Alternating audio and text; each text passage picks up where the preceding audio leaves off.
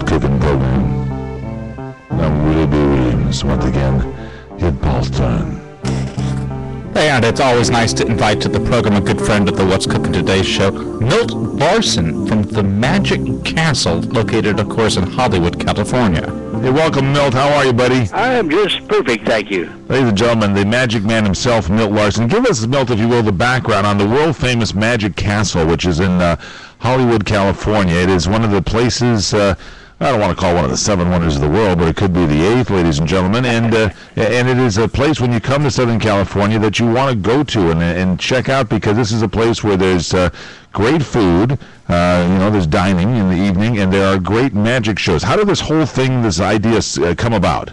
Well, it is the only one in the world. So therefore, about 47 years ago, wow, my late brother and I kind of made my father's dream come true. He always thought it'd be kind of cool to have a club that specialized in magicians and magic, because we were the Larson family of magicians. And so we got together, we found this wonderful old mansion in Hollywood, and the house actually celebrated its 100th birthday this year. We're not 100 years old, but the house was. And I'm not 100 years old. I'm getting there, but but at any rate, the grand old Lane mansion, which looked like it fell out of a Charles Addams cartoon. I mean, right. It's really a grand.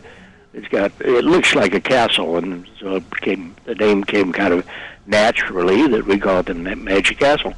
So at any rate, we rounded up a group of our magician friends, and they thought it was a cool idea, and all got together and started what we thought was going to be kind of a small club, and maybe get to be a little bigger club one of these days. Now we have 5,000 magicians who are all over the world that belong to the Academy of Magic Arts, which is the actual organization, and then the Magic Castle is the clubhouse.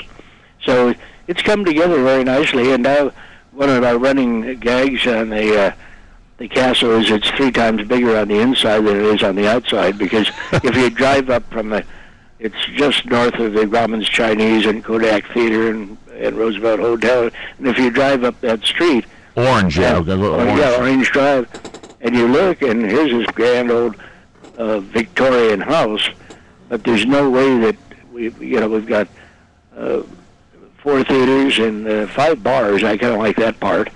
And but a ballroom and there's no way that all of that could be in that house. But it's one of our magic tricks, so we can squeeze it all in there. It is amazing. There's the ballroom. There's 4 bars, as he mentioned. How many theaters did you say? Well, there's a teeny tiny theater that's only 22 seats, and that's for the intimate close-up magic, which is really the only place where you can really go and sit almost in the lap of a magician and watch them fool the heck out of you. But that's our little theater. Then we have a 65-seat kind of a stand-up parlor, we call it, the theater. And then we have a 150-seat stage theater where we can actually do the bigger illusions and all that sort of thing. And then the whole castle has, actually there's one more theater. It's the Pillar Theater, and that's a kind of all-round theater. And then there's several places in the castle where you just find magicians doing impromptu magic. Yeah, in the corner somewhere. You walk in, there's a magician there, calls you over, and you sit down at the table, and they're doing impromptu magic. Yeah, and that's the fun of the place, because, it's like going to a millionaire's party in 50 years ago, 100 years ago, where you could just wander around, and there are magicians every place, and if you like magic, it's the place to go. It is the place. If you really don't like magic, you should avoid it at all costs, Or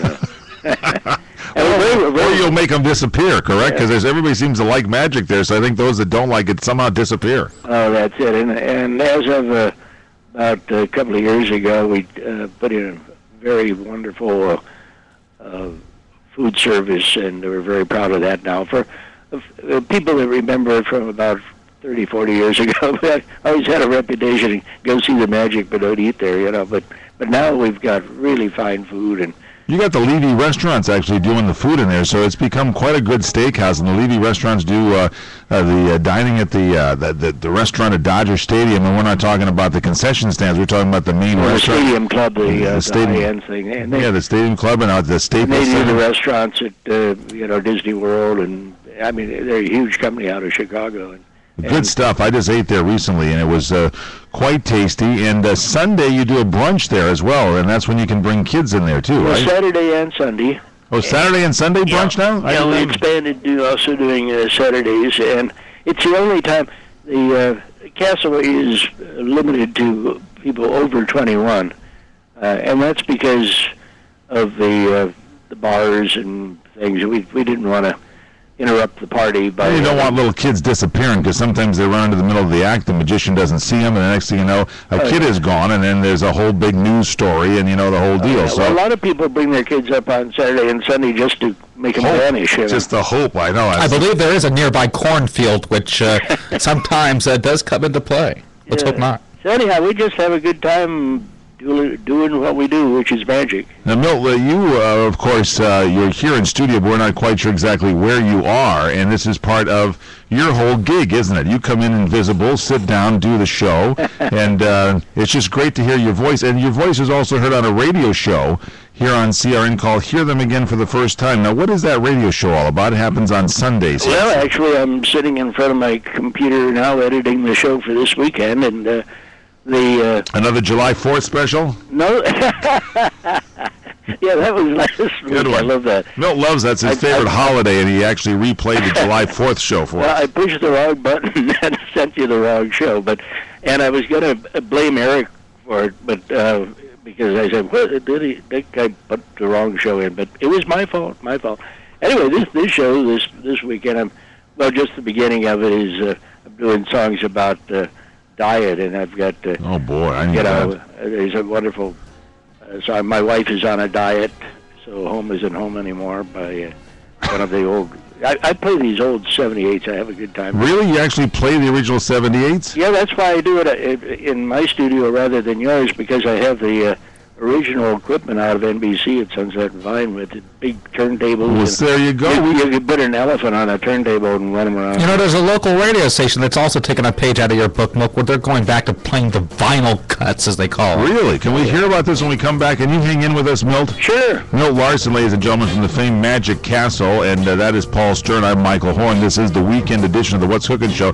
This is a great tip when you come to Southern California on a visit, or if you live in Southern California, head over to the Magic Castle. Milt will tell you how you can get into it, and this is one of the only place where magic is showcased, and 5,000 magicians. Unbelievable.